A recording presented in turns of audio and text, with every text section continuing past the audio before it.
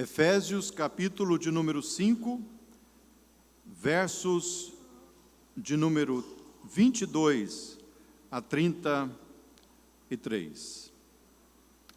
As mulheres sejam submissas ao seu próprio marido como ao Senhor, porque o marido é o cabeça da mulher, assim como Cristo é o cabeça da igreja, sendo este mesmo o Salvador do corpo.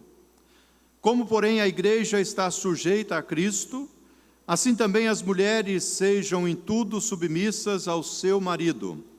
Maridos, amai vossa mulher, como também Cristo amou a igreja, e a si mesmo se entregou por ela, para que a santificasse, tendo-a purificado por meio da lavagem de água pela palavra, para apresentar a si mesmo igreja gloriosa, sem mácula, nem ruga, nem coisa semelhante, porém santa e sem defeito. Assim também os maridos devem amar a sua mulher como ao próprio corpo. Quem ama a esposa, a si mesmo se ama. Porque ninguém jamais odiou a própria carne, antes a alimenta e dela cuida, como também Cristo o faz com a igreja, porque somos membros do seu corpo. Eis porque deixará o homem a seu pai e a sua mãe, e se unirá à sua mulher, e se tornarão os dois uma só carne. Grande é este mistério, mas eu me refiro a Cristo e à igreja. Não obstante vós, cada um de per si, também ame a própria esposa como a si mesmo, e a esposa respeite ao marido. Vamos orar mais uma vez, pedindo que Deus fale ao nosso coração. Gostaria que trouxesse o microfone para minha esposa, irmã Lucilma, para que ela ore a Deus, para que o Senhor possa iluminar os olhos dos nossos corações e compreendamos a sua palavra. Deus de graça e de misericórdia, Senhor, nós agradecemos por essa noite, nós agradecemos por esse momento, por mais uma vez termos a oportunidade de ouvirmos a Tua palavra, Senhor. É com temor nos nossos corações que nós pedimos, ó Deus, que o Senhor esteja usando o Teu servo, que Deus esteja abençoando a vida dele, que Deus esteja revestindo ele de graça, de misericórdia e de sabedoria, Senhor, para que ele possa falar a mensagem que o Senhor deseja aos nossos corações. E, ó Deus, transforma as nossas vidas nessa noite, em nome de Jesus. Amém. Amém. Meus irmãos, esse trecho que nós acabamos de ler, talvez seja, nos dias atuais, o de mais difícil compreensão e o de mais difícil interpretação também. Há muitas razões pelas quais existe uma luta muito grande em compreender o propósito de Deus para o casamento, para a vida familiar. E a grande batalha que é travada para que não compreendamos com exatidão, para que não interpretemos de maneira correta e para que não pratiquemos da maneira adequada a palavra de Deus, está exatamente no fato que nós todos enfrentamos uma grande batalha espiritual. Nós todos enfrentamos uma grande luta espiritual. Por isso que, de maneira sábia e de maneira inspirativa e inspiradora, foi que Deus foi servido em dizer ao coração e à mente do apóstolo Paulo que antes que ele escrevesse estas palavras que nós acabamos de ler, antes que ele escrevesse a respeito do relacionamento dos pais com os filhos, e antes que ele escrevesse a respeito do relacionamento entre os servos e os seus senhores, ele dissesse, conforme nós estudamos no domingo passado: enchei-vos do Espírito. Enchei-vos do Espírito. Porque somente através da ação do Espírito Santo de Deus é que será possível a correta compreensão, a correta interpretação e a correta aplicação destas palavras que nós acabamos de ler. As mulheres sejam submissas ao seu próprio marido. Maridos, amai vossa mulher, como Cristo também amou a igreja e a si mesmo entregou por ela. O homem natural, a mulher natural, ou seja, aquele e aquela que não tem a compreensão, que não tem o discernimento, que não tem a ação do Espírito Santo no seu coração, não é capaz para estas questões. Não é capaz de compreender, não é capaz de interpretar e muito menos de aplicar. Sobretudo porque séculos vêm, séculos vão e, normalmente, o casamento é alvo constante de ataque. A família é alvo constante de ataque. Mas, mesmo século vindo, século indo, o casamento e a família continuam permanentes na sociedade. Por quê? É muito simples. Só é possível que uma sociedade exista, coexista, só é possível que uma sociedade prospere, só é possível que uma sociedade cumpra o seu objetivo no seu tempo, a partir das famílias. Não haveria sociedade se não houvesse famílias. Nós não estaríamos aqui se nós não fôssemos fruto de uma família. Nossos filhos não estariam aqui se nós não existíssemos. Nossos netos não estarão aqui, e nossos bisnetos, senão pela razão que a família existe. Por isso, mesmo que os ataques sejam constantes sobre a família, os ataques sejam constantes sobre o homem, sobre a mulher, sobre os filhos, sobre os pais, sobre os irmãos, a família sempre há de permanecer. Sempre há de permanecer. Paulo, meus irmãos, nesse trecho, ele nos ensina, inicialmente, que o Evangelho, ele dá um novo sentido para a nossa vida. Paulo mostra, desde o início da sua carta, que nós já estudamos, que é o fato de estarmos redimidos em Cristo Jesus, é que prosseguimos, é que continuamos a nossa caminhada. O Evangelho não pega a nossa vida e vira de cabeça para baixo. O Evangelho nos transforma, o Evangelho nos redime, o Evangelho trabalha as áreas da nossa vida que precisam ser trabalhadas. Aqui nesse trecho, Paulo muda a visão tradicional a respeito da família, porque ele define aqui que os relacionamentos, eles são reinterpretados, meus irmãos, no Senhor. E como isso acontece? Esposas, filhos e servos passam a perceber seus maridos, pais e senhores, respectivamente, como representantes do Senhor. Maridos, pais e senhores passam a enxergar, respectivamente, aqueles que lhes foram confiados da mesma forma que Cristo via a igreja, com amor que se auto-sacrifica por eles. Vejamos, irmãos, esse trecho da palavra de Deus. Tentemos ter a compreensão, a interpretação e a aplicação deste trecho desta porção da Escritura que nós acabamos de ler.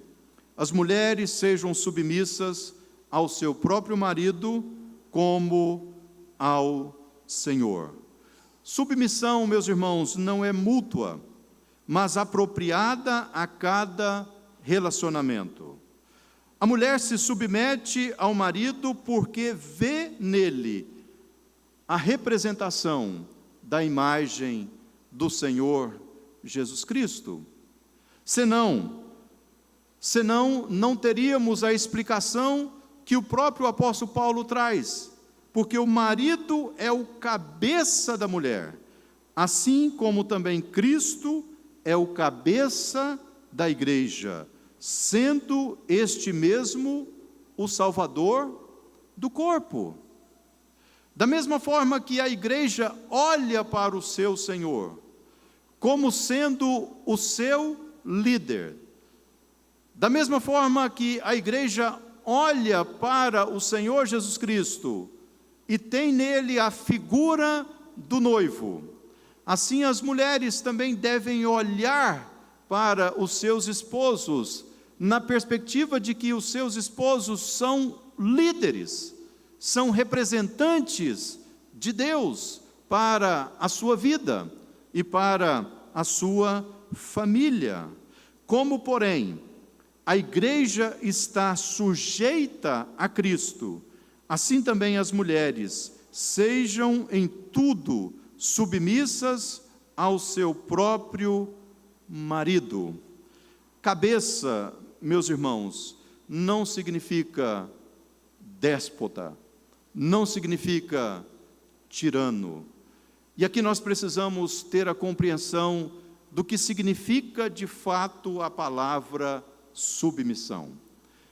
Primeiro nós precisamos entender que há uma conexão, e alguns até sugerem que no texto original mais antigo não está presente a palavra submissão como nós a temos aqui, porque o texto original mais antigo já nos faz pressupor que o verso 21 deve nos fazer compreender a importância de estarmos sujeitos uns aos outros, sujeitando-vos uns aos outros no temor de Cristo. E é nesta sujeição que há aqui, de certa forma, uma repetição. Nessa sujeição no temor, então as mulheres sejam submissas ao seu próprio marido. A correta interpretação de submissão não é subserviência, nunca foi.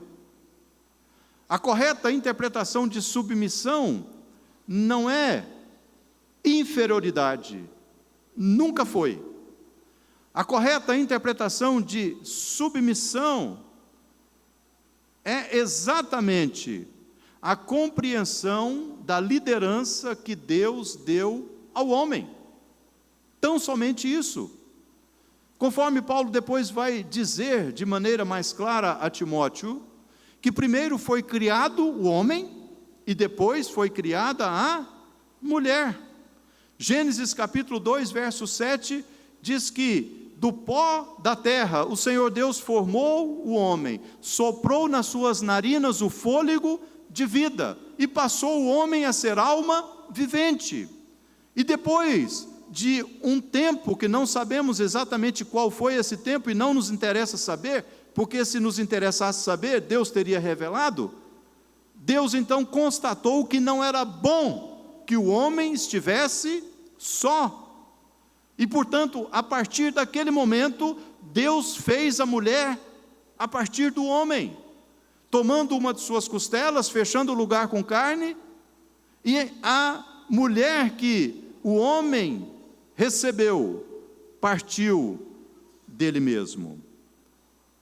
De sorte que submissão não é subserviência. E ser o cabeça da casa não significa tirania, não significa despotismo. Ser o cabeça significa exatamente ser o líder. Ser aquele que entende que Deus o chamou para conduzir. E o texto continua nos dizendo a respeito deste esposo que é o cabeça. O esposo é o cabeça do matrimônio. E sendo o esposo o cabeça do matrimônio, podemos inferir e até dizer que a mulher é o coração. Embora os papéis sejam diferentes, os dois têm a mesma importância sempre. Nós somos cabeça, mas as irmãs são o coração. Maridos, como cabeças, como líderes, amai vossa mulher, como também Cristo amou a igreja. Maridos, amai vossa mulher, como também Cristo amou a igreja, e a si mesmo se entregou por ela. Amai. Se por um lado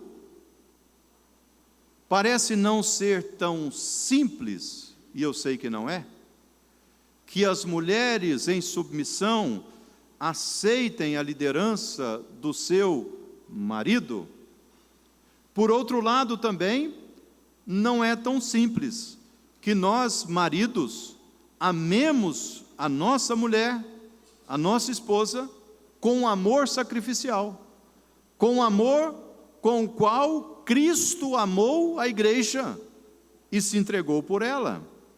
Contrariando a cultura da época, meus irmãos, não é dito ao marido para governar a esposa, mas para amá-la e abrir mão da própria vida por ela. Por isso que Paulo muda o conceito tradicional, o pensamento tradicional, porque o pensamento tradicional era que o marido governasse a esposa. Mas Paulo está dizendo que não é para ser desse jeito. Nós não devemos governar a nossa esposa, no sentido de que ela não tenha nem um tipo de opinião, não tenha nenhum tipo de vontade, não tenha nenhum tipo de desejo. Não. Nós não somos chamados para governar nesse sentido. Nós somos chamados para amar. E além disso, nós somos chamados para abrir mão da nossa própria vida pela nossa esposa. Assim como Cristo abriu mão da sua glória, por amor da sua própria igreja. Ele deixou a sua glória, meus irmãos. Ele deixou a sua glória e desceu e morreu morte e morte de cruz, por amor à sua noiva, por amor à sua igreja. Então a nossa missão, o nosso papel é esse, maridos.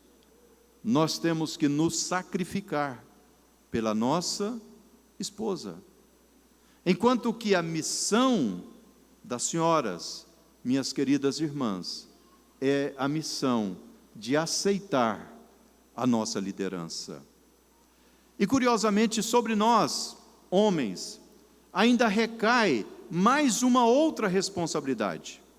Não somente devemos amar a nossa esposa e nos entregar por ela, se assim for necessário, mas há uma responsabilidade muito grande, que nós maridos temos para com a esposa,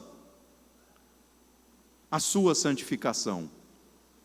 Assim como o Senhor da igreja santifica a igreja, o marido, como cabeça do lar, cabeça da mulher, tem de santificar a sua esposa. Verso 26. Para que a santificasse, tendo-a purificado, por meio da lavagem de água pela palavra. Lavagem de água. No caso do Senhor da igreja, o batismo. No nosso caso, a santificação. Meus irmãos, antigamente eu usava uma frase que é uma frase de um poeta, que eu não sei exatamente de que poeta é essa frase. Nas celebrações de casamento, eu aprendi essa frase e passei a usar esta frase, até o dia em que compreendi que essa frase está errada, que essa frase não deve ser usada. Talvez vocês já tenham ouvido a seguinte frase da boca de algum ministro celebrando um casamento: se você quiser ser feliz, não case. Mas se você quiser fazer alguém feliz, então case. Poeticamente é muito bonito, né? Mas teologicamente é completamente errada. Porque nós não nos casamos para sermos felizes. E nós não nos casamos para fazer o outro feliz. A nossa felicidade não está no casamento ou na ausência dele. A nossa felicidade está na pessoa de Cristo Jesus, o nosso Senhor e Salvador. O casamento não é para sermos felizes. O casamento é para sermos santificados. É assim que a Escritura está dizendo. Agora, a felicidade, a alegria, o contentamento são resultantes da santificação. São resultantes da santificação. Porque se nós buscarmos uma vida de santidade ao Senhor, nós seremos felizes. E sendo felizes, nós procuraremos fazer o nosso cônjuge feliz. Mas a razão principal pela qual nós devemos nos envolver no casamento, conforme a Escritura diz, é para a nossa santificação. E o marido precisa santificar a sua esposa. E nesse processo de santificação, assim como Cristo está santificando a igreja, há um propósito, verso 27, para a apresentar a si mesmo igreja gloriosa, sem mácula, nem ruga, porém, nem coisa semelhante, porém, santa e sem defeito. Assim como nós, como noiva de Cristo, estamos sendo forjados pelo próprio Senhor, para que sejamos apresentados ao Deus Pai um dia, de maneira gloriosa, de maneira linda, de maneira esplêndida. Assim também nós, maridos, precisamos santificar a nossa esposa, de tal forma que a nossa esposa, ao ser vista pelos outros, possa ser vista como alguém satisfeita, como alguém feliz, como alguém bela. Mesmo que tem botox, para ajudar aí, né, nos pés de galinha, nas rugas de expressão que vão aparecendo com as primaveras da vida, mas não tem problema, porque é a beleza interior que vai ser apresentada, porque a Escritura diz que o coração alegre aformoseia o rosto. Eu me lembro do reverendo José Gonçalves de Siqueira, de saudosa memória, quando ele se encontrava com a Lucilma, com a Eliane, do reverendo Paulo, a Sônia, do Augusto, as nossas irmãs queridas, ele passava a mão no rosto delas assim, está te tratando bem, né? Ninguém diz que a minha esposa tem quase 50 anos, 49 anos, porque eu cuido bem dela. Eu cuido bem dela. E eu estou percebendo que os meus irmãos também cuidam bem, porque eu estou vendo um sorriso no rosto das minhas irmãs. O Dar está cuidando bem da Mariane, está feliz lá. A ideia é exatamente esta, meus irmãos, que nós, maridos, possamos cuidar tão bem da nossa esposa como Cristo cuida da sua igreja, para que a esposa seja feliz, para que a esposa seja contente, satisfeita, para que a esposa exale o bom perfume de Cristo. Assim, os maridos devem amar a sua mulher como ao próprio corpo. Quem ama a esposa a si mesmo, se ama. Quem ama a esposa a si mesmo se ama, e é cumprindo exatamente o que a Escritura nos diz, que a lei de Deus se resume em 2 grandes mandamentos. O primeiro se refere a Deus, amar a Deus de todo o coração, de toda a alma, de toda a força e de todo entendimento. Amar a Deus com café, coração, alma, força, entendimento. Não vai esquecer mais. E o segundo grande mandamento, amar ao próximo como a si mesmo. Não precisa de um mandamento para nos amarmos a nós mesmos, porque nós já nos amamos, e às vezes até demais. Por isso que o mandamento é para que amemos ao nosso próximo. E o marido precisa amar a esposa como ele se ama. Se ele se ama, ele precisa amar a sua esposa. Porque ninguém jamais odiou a própria carne. Antes a alimenta e dela cuida, como também Cristo faz com a igreja. Nós precisamos entender, irmãos, que a saúde precede os lucros financeiros. De nada adianta termos bons rendimentos, bons lucros, se nós não tivermos saúde para desfrutar disso. Primeiro nós cuidamos do nosso corpo, depois nós cuidamos do bem, ou dos bens. E a Escritura está dizendo que, assim como nós cuidamos do nosso corpo, nós homens, nós também temos que cuidar da nossa esposa, porque somos membros do corpo de Cristo.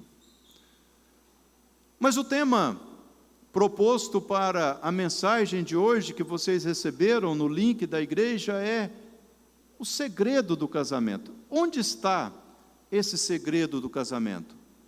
Estamos falando de submissão? Estamos falando de amor abnegado e sacrificial? Estamos falando de santificação? Estamos falando de cuidado? Onde, portanto, está o segredo do casamento?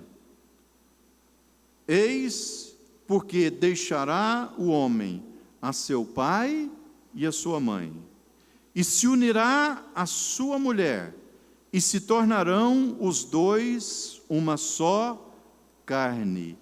Grande é este mistério, mas eu me refiro a Cristo e à igreja. Que mistério é esse? Que segredo é este? A instituição do casamento na perspectiva da redenção. Quando Deus criou o casamento, Ele já estava pensando na nossa redenção. O mistério do casamento é exatamente o Evangelho. Assim como o Evangelho nos redime, assim um relacionamento entre o homem e uma mulher deve ter o objetivo da transformação de vida. Este é o grande mistério, o Evangelho. E é simplesmente pelo Evangelho do Senhor que nós estamos aqui. É o Evangelho que sustenta a nossa vida. É o Evangelho que nos dá essa condição, meus irmãos. E naquele grande dia, lá no Jardim do Éden, naquela cerimônia em que estavam presentes Deus, Adão e Eva, naquele dia em que o celebrante era o Senhor Deus, no dia da celebração do primeiro matrimônio, o Senhor Deus já disse como deve ser este casamento. Nós precisamos flexionar 3 verbos. Os meninos que fazem o curso de noivos comigo têm a sua primeira lição, Gênesis capítulo 2, verso de número 24. Por isso, deixa o homem, pai e mãe, se une à sua mulher, tornando-se os dois uma só carne. 3 verbos que precisam ser flexionados. 3 verbos que, quando flexionados, vão sim nos ajudar na compreensão de um melhor relacionamento, marido e mulher. 3 verbos que precisam estar presentes. O primeiro deles, o verbo deixar. Esse deixar que é visto em 3 perspectivas: o deixar físico, o deixar financeiro e o deixar emocional. Eu lido com casais há muitos anos, estamos no ministério já há 30 anos. E em algumas situações não raras, os grandes problemas que são enfrentados pelo casal estão exatamente ligados ao fato de não terem deixado. Quando o marido está casado, mas pensa que ainda mora na casa da mãe, ainda quer comer a comida que a mãe faz, ainda quer vestir a roupa que a mãe passa, ainda quer toda aquela mordomia que a mãe lhe proporcionava. Mas quando há uma situação negativa, ela também precisa ser deixada. Filhos que casaram, mas por conta de certos erros que os seus pais cometeram, começam a imputar a seus filhos os mesmos erros e não deixam para trás. É preciso deixar. É preciso deixar fisicamente, é preciso deixar financeiramente, mas eu digo que é preciso deixar com muita insistência e com muito critério emocionalmente. Os seus pais, eles casaram, eles constituíram a sua família. Agora vocês vão casar e vão constituir a sua família, então esqueçam seus pais. Agora vocês terão a sua vida, e a sua vida será diferente da vida dos seus pais. Por isso que Deus diz que é para deixar. E grandes problemas são enfrentados porque não se deixa. Continua ainda vivendo, como se não tivesse saído de casa. Esse segundo verbo, unir, é exatamente apegar, colar, é a aliança. Agora, os dois estão grudados um ao outro, apegados um ao outro. Agora, não existe mais eu e você, mas agora existimos nós. Agora é a nossa vida, não é mais a sua vida e a minha vida. E grandes problemas também que são enfrentados pelos casais e que nós observamos, é que tem muitos que casam, mas querem permanecer vivendo como se solteiros fossem. Se solteiros fossem. Não querem dar satisfação, não querem responsabilidades, não querem dividir a vida com aquele ou com aquela. Esse é um grande problema. E depois disso, tornam-se uma só carne. Tornam-se uma só carne.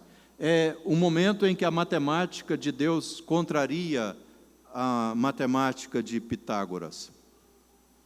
Porque 1 e 1 é 1. E não são 2. Porque os dois se tornam uma só carne. Agora é o casal. E Paulo diz que é um mistério muito grande isso. Mas ele se refere a Cristo e à igreja. Não obstante, Vós, cada um de per si, também ame a própria esposa como a si mesmo, e a esposa respeite o marido. O casamento não pode ser vivido de forma individual e egoísta, meus irmãos. A vida matrimonial deve ter compromisso e compartilhamento. Mas nós só vamos ser suficientes para isso se nos enchermos do Espírito. Porque é o Espírito Santo que nos transforma, é o Espírito Santo que nos faz aceitar a verdade da palavra de Deus. É o Espírito Santo que nos faz compreender a verdade da palavra de Deus. É o Espírito Santo que vai ajudar as minhas irmãs a compreenderem que Deus determinou que fosse assim. Que o esposo deve ser o líder, que o esposo deve ser o cabeça, que o esposo deve ser o sacerdote do lar. É o Espírito Santo do Senhor que vai ajudar as irmãs nessa compreensão. Assim como é o Espírito Santo do Senhor que vai nos ajudar a entender que liderança não é governo, é amor, e amor sacrificial. E que o nosso propósito dentro de casa é a santificação do nosso cônjuge e dos nossos filhos. Que o objetivo é que nós sejamos maridos que os nossos filhos, ou que as nossas esposas tenham alegria de dizer a nosso respeito, e pais que os nossos filhos tenham alegria de dizer a nosso respeito aquilo que é bom. Mas tudo isso, meus irmãos, só é possível pela ação do Espírito Santo. Eu estava lendo esses dias o livro O Significado do Casamento, de Tim e Kate Keller, e algumas coisas me chamaram a atenção. Tim Keller é pastor lá em Nova York e autor de vários livros, vocês certamente já têm lido as suas obras. No seu livro O Significado do Casamento, de cara, ele diz, olha, o casamento é tudo menos algo sentimental. Tudo menos algo sentimental. E ele explica por quê. Ele explica por quê. De fato, meus irmãos, casamento é sacrifício, casamento é abnegação, casamento dá trabalho. Tem sentimento, mas não é sentimento. Outro aspecto bastante curioso que me chamou a atenção na interpretação de Tim Keller, certa. Porque nenhum de nós é certo. Todos nós somos pecadores. O que acontece é que duas pessoas que não são certas, elas vão se unir e na caminhada elas vão se acertar. Porque todos nós somos pecadores. E aquela velha desculpa para o divórcio, da incompatibilidade de gênios, ela é uma velha desculpa e fracassada desculpa porque os nossos gênios não são compatíveis. Porque nós absolutamente somos diferentes.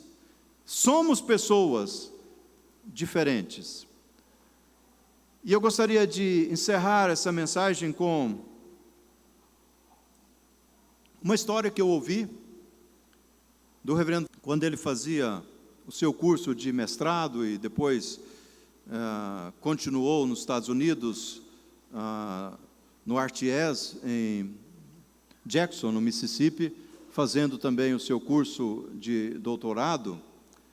Ele teve a oportunidade de monitorar por alguns meses um irmão indiano, um jovem indiano que veio estudar no RTS. O RTS é um seminário reformado, teológico reformado, e lá tem a graduação, tem o mestrado e também o doutorado. E aquele rapaz veio fazer a sua graduação em teologia E o reverendo Valdeci, na época, foi comissionado para monitorá-lo, para ajudá-lo em algumas questões de informática e coisas mais. E aí, depois de um tempo, aquele jovem já concluindo o seu curso, ele disse para o pastor Valdeci: olha, eu vou me despedir do senhor, mas eu estou voltando para a Índia, porque eu vou me casar. Aí o reverendo Valdeci ficou bastante assustado e disse: mas como você vai se casar? Você nunca me falou que tem uma namorada? Você nunca me falou que tem uma noiva? Você vai voltar para a Índia porque você vai se casar? Ele disse: eu vou me casar, meus pais já arranjaram a noiva para mim, então eu vou me casar. Mas seus pais arranjaram a noiva e você vai voltar e vai se casar? Mas você ama essa moça, você ama essa noiva? Ele diz: olha, primeiro eu quero dizer para o senhor o seguinte: se os meus pais arranjaram é porque eles sabem o que é melhor para mim. Bom, essa parte é cultural, então não se preocupe, tá? Jéssili, ninguém precisa se preocupar, Dicla, né? Essa parte é cultural. Mas a segunda parte, ela me chamou muita atenção e chamou a atenção do pastor Valdeci. Quando o pastor insistiu: mas você ama essa moça? Você não viu essa moça, né? Como você vai casar, né? Ele disse: olha, vocês casam com a pessoa que vocês amam. Nós amamos a pessoa com a qual nós nos casamos. Vocês casam com a pessoa que vocês amam. Nós amamos a pessoa com a qual nós nos casamos. Na verdade, nós não casamos com quem nós nos amamos, com quem nós amamos. Nós também amamos depois a pessoa com a qual nós nos casamos, porque amor é uma construção.